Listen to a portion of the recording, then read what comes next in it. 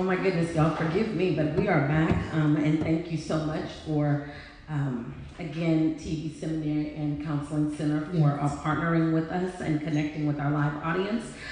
Today it is time for our girl talk. Hey, girl yes, talk. Girl talk. And we're excited to have in our studio Shamir Davis. Yeah.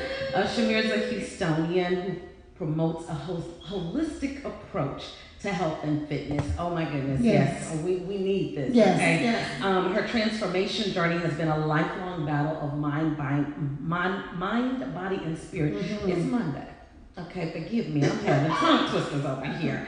Yes, she's no stranger to the obesity epidemic, recalling since age 7, implementing different diets, exercise programs, nutritionists, and family interventions. After experiencing a short-lived success, it was revealed to her in prayer that this battle is deeper than the physical. Oh my goodness. It was mental and spiritual as well. You know what? I could read a whole bunch, but I do want to drop down to say you now hold certifications with the National Association of Sports Medicine and the National Exercise and Training Association. And you are a TEB counselor. Yes, Christian counselor. Well, welcome to the show. Welcome to the show. Thank you. Yes, absolutely.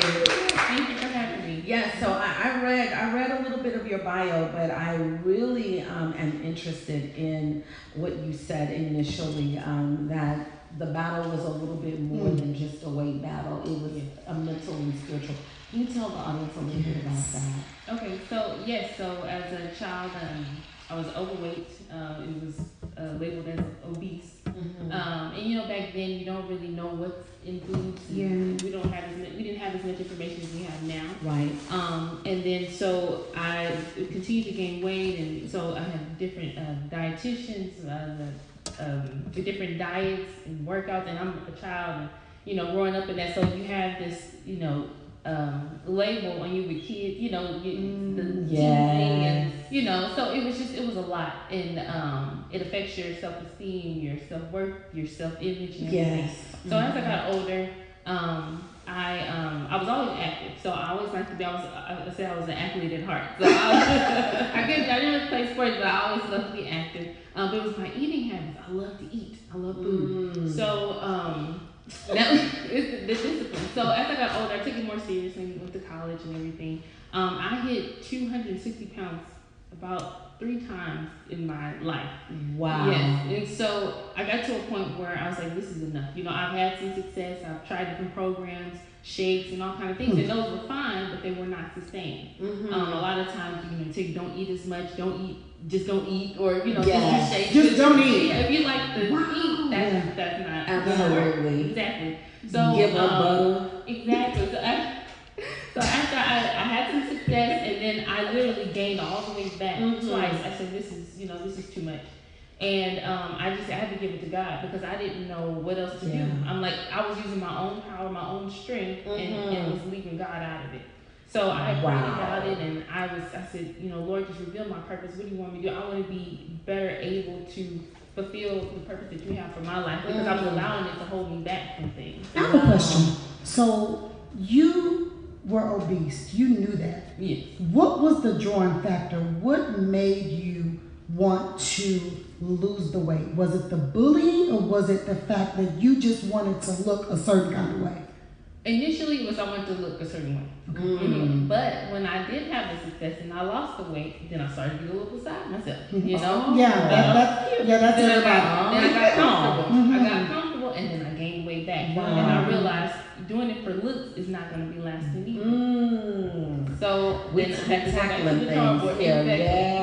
So then that's when I was like, and I was doing it for a person. I was in a relationship that was toxic, and they had an issue with my weight. And so it was like to prove a point. So all of that mixed in. And so then when I realized that it wasn't about that, and I gained the weight back, and then that's when I gave it to God, and I said, I need your help, because I can't do it on my own. When you say it was a mental thing, right? You're like, okay,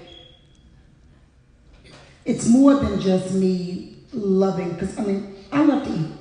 Oh, by the way, she is my trainer, everybody. Yeah, at Figure 65. But I'm thinking because it has to be something inside of us that's saying, you know what, enough is enough. Like on one of my topics, we're going to get to it. It says, I don't like the way I look, but I love to eat. Right. That was me. Right. You follow what I'm saying? So tell me a little bit about that. Like, I don't like the way I look, but I love to eat. Yeah. Like, how all up in here? How can we? It's all there. And I only speak in experience for that because you can't. Everybody's different. Right. So for me, I wasn't being spiritually fed. And so my relationship with God wasn't that as close. I was younger and everything, so I hadn't really experienced certain things. When I started getting closer to Him, then I started understanding that, I'm not my own. I can't just be out here doing whatever. I'm insecure. I said, I would always say, when I get fine, then I'm gonna do that. When I lose this weight, I can't talk to them. I can't walk down that aisle at church. I can't do that, because people are gonna be looking at me. It was holding me back from everything. I can't play sports. I can't do this my whole life.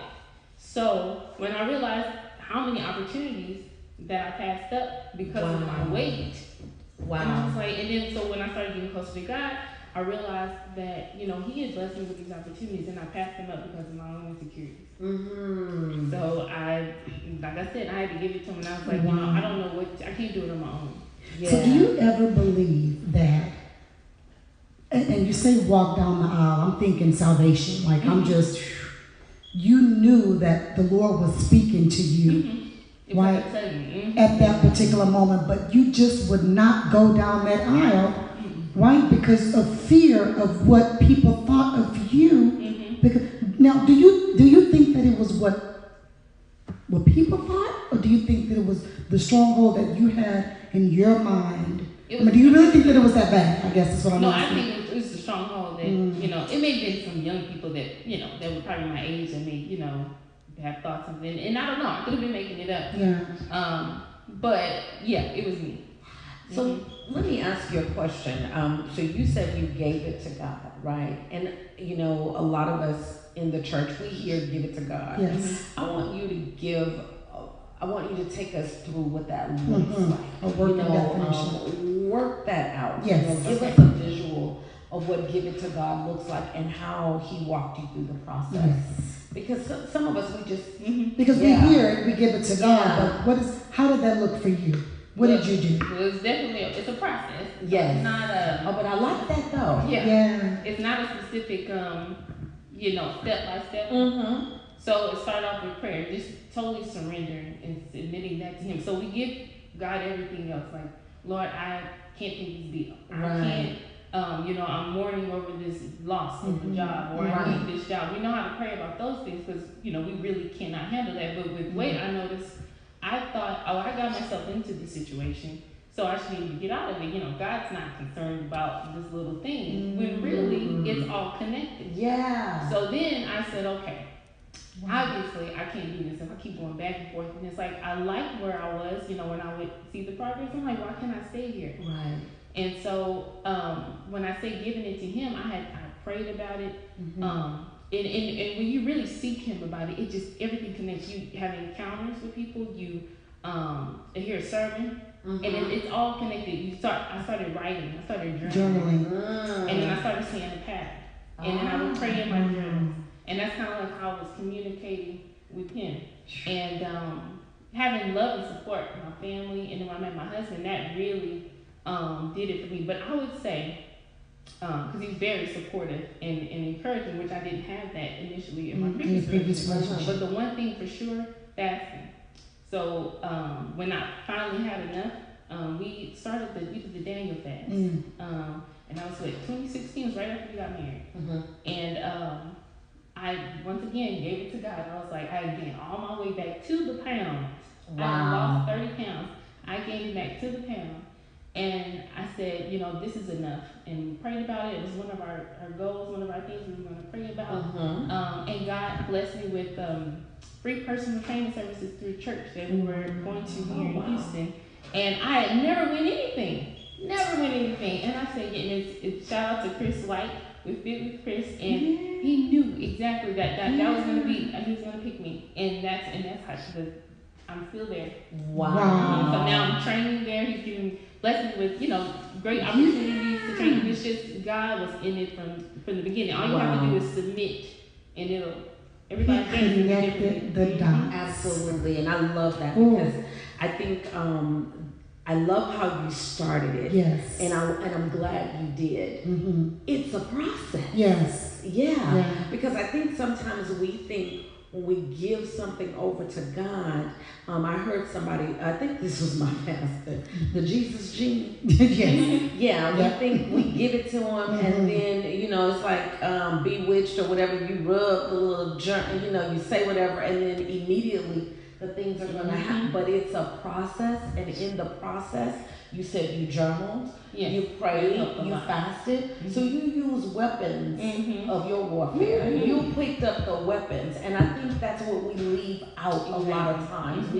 We think that by osmosis things are going to happen and change, but it is a process. And so, oh my gosh, and it's a struggle sometimes. Definitely. His strength, God's strength to get you through it. It was painful, but it was worth it. That's amazing. A lot of times when you think about fitness and how God just orchestrated her journey, it's so amazing because a lot of times some people just stumble into fitness, right? You have some people that just want to, they're already skinny and they just want to tone up or they just want to add muscle, so they stumble into fitness. But when you have someone who comes from obesity and work their way up to where the Lord wants them to be, or where they are comfortable with where they are. I love that. I really love that. So when you have somebody like that that's just saying, okay, you know what, I'm obese, I'm not really comfortable with where I am, where do I start? What's a good starting place for them? Yes. What's a good starting place? Admitting that there's a problem. That's a huge thing, because I didn't know. Yeah. So when I was younger, I knew I was bigger than everyone, but I didn't know, because when I got older, I was always overdeveloped. So I got you kind of you shaped into your body. You was a thick chick. Absolutely. I was like, oh, okay, so I'm not big anymore. Right. You're coming into your own.